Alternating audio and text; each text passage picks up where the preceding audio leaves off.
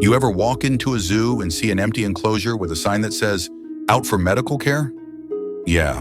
Now imagine that, but the sign says, "Gone forever." Not quite the magical family outing you were hoping for, huh? Here's the thing. Extinction isn't some distant dinosaur-era problem. It's happening right now. Every single day, we lose about 150 species. That's like if your entire neighborhood just vanished. Except instead of people, it's frogs, birds, bugs, big things, small things. You name it. And these aren't just obscure, barely named beetles. Some of them are zoo celebrities, stuffed animal legends, cartoon icons, and they might disappear within your lifetime. The part that really stings? These animals aren't just wildlife. They're part of our culture. Kids grow up loving them, drawing them, pretending to be them. And now, we're on track to make them memory-only material. Back in my day, we had real lions, not just holograms. It's not a joke. It's not a drill. This is really happening. And no, it's not just happening in faraway rainforests you've only seen on postcards. Some of these species are fading right under our noses, sometimes faster than anyone expected. And here's what really messes with your brain. For every species we notice going extinct, dozens more slip away quietly, unseen, unheard, unhugged. So what's going on?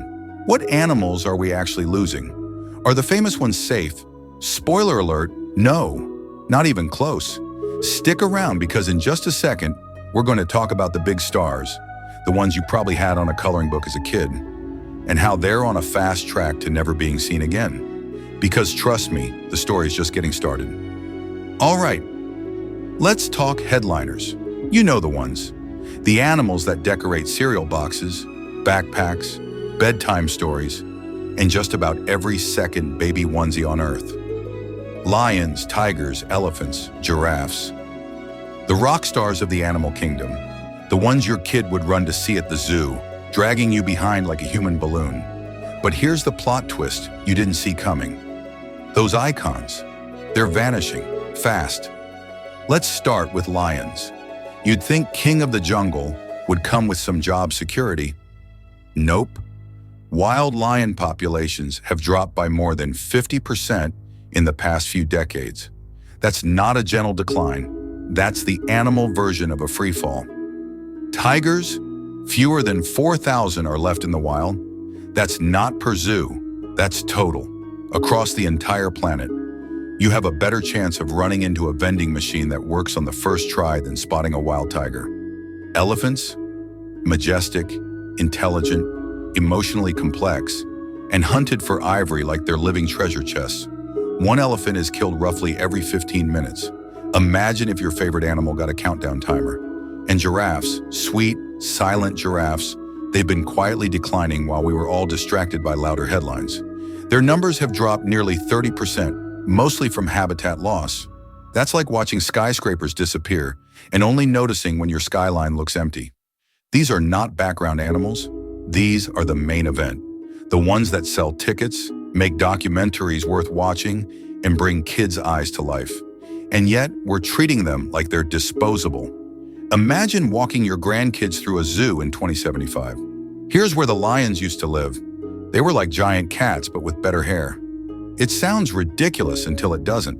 We're not losing just animals, we're losing legends. And if the all-stars are in trouble, what about the underrated favorites? The weird, wonderful creatures that didn't make the lunchbox cut, but are just as incredible? Yeah. Let's talk about those next, because some of the most magical animals on Earth are disappearing in silence. All right, so we've talked about the headliners, but what about the cult classics?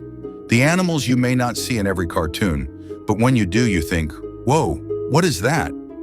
Let's start with the okapi. If a giraffe and a zebra had a secret forest baby, this would be it. It's got the stripes, the long neck, the mystery. But here's the thing, it's endangered. And most people don't even know it exists. The okapi's like the indie band of the animal world. Critically loved, quietly fading. Then there's the red panda. Yes, it's real. No, it's not a fox in a raccoon costume. And it might be the cutest animal you've never seen in person. Red pandas are shy, Tree-dwelling puffballs with floofy tails and tiny panic faces. And yep, they're endangered too. Snow leopards? They sound like something out of a fantasy novel, and that's exactly where they're headed if things keep going the way they are. These mountain ghosts are nearly impossible to spot in the wild, and unfortunately, they're becoming impossible to spot at all. Even gorillas, who've starred in more movies than most actors, are critically endangered. We're talking about chest-thumping, intelligent, family-oriented primates, and we've pushed them to the brink. And here's the kicker. These animals are crowd favorites. People adore them. Kids scream when they see them. Adults take blurry pictures of them. But in the wild, they're running out of time and space. No news alerts, no dramatic music, just quiet extinction. And the worst part? Once they're gone, they're gone. No sequels, no spin-offs, just memories and maybe some old zoo footage in 480p. So what's driving this vanishing act? Why are we losing animals faster than streaming services drop new shows? Let's dig into the mess we've made, because the cause isn't some mystery, it's us. Okay, deep breath. Let's talk about the why, because this isn't a random series of unfortunate events. This is a full-on human-made mess. And animals? They're stuck cleaning up our disaster without opposable thumbs. Let's start with climate change. The planet's heating up like someone left the oven on and walked away. Ice is melting, oceans are rising, and animals that rely on cold, like polar bears or seals, are basically watching their homes turn into puddles. Imagine your entire neighborhood turning into a swimming pool, but you can't swim. Then there's deforestation. Every time we clear land for farming, mining, or building more stuff, we're bulldozing entire ecosystems. Trees aren't just trees, they're homes.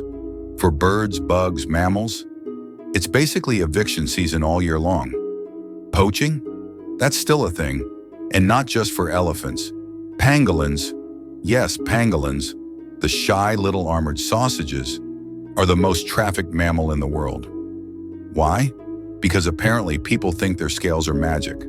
Spoiler, they're not. Now let's dive into the oceans. They're not safe either. Overfishing is stripping the sea of life. Entire species of sharks, rays, and even sea turtles are vanishing because we're treating the ocean like an all-you-can-eat buffet. And don't even get me started on plastic pollution. There's more plastic than sense in some parts of the sea. And here's the kicker, it's all connected. One species disappears and it sets off a chain reaction. It's like pulling a brick from the bottom of a Jenga tower. Eventually, the whole thing wobbles. So no, this isn't just about animals having a rough time. This is about us changing the planet so fast that wildlife can't keep up.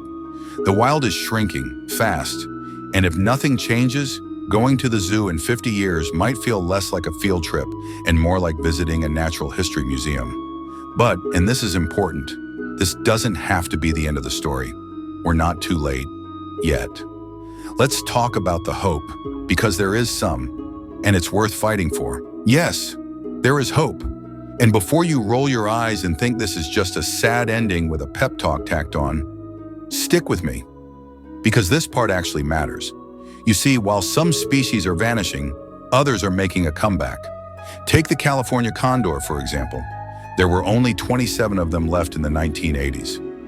27! That's less than a classroom. But through conservation efforts, breeding programs, and a lot of people who refuse to give up, their numbers are climbing. Or the Amur leopard. Fewer than 40 of them were left in the wild not long ago. That's basically an endangered high school class. But today, their population is slowly increasing, thanks to protected reserves and people who decided they were worth saving. This isn't magic, it's effort, real, messy, time-consuming work.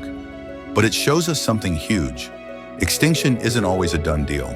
We've got tools, conservation, education, habitat protection, smart zoos, global cooperation, and yeah, it takes funding and attention and some serious coordination. But it works. We just have to care enough to keep doing it. Because if we don't, the next generation might only see animals like elephants or gorillas in pixelated documentaries, wondering why we let them disappear. They'll hear us talk about biodiversity and balance and beauty, and they'll say, Cool story, Grandpa. Too bad it's just that, a story. So here's the real question. What kind of world do you want to leave behind? A world filled with wonder and wildlife? Or one where we explain animals with footnotes and faded photos? Because the choice isn't up to someone else. It's up to us, to you. We still have time. Let's not waste it.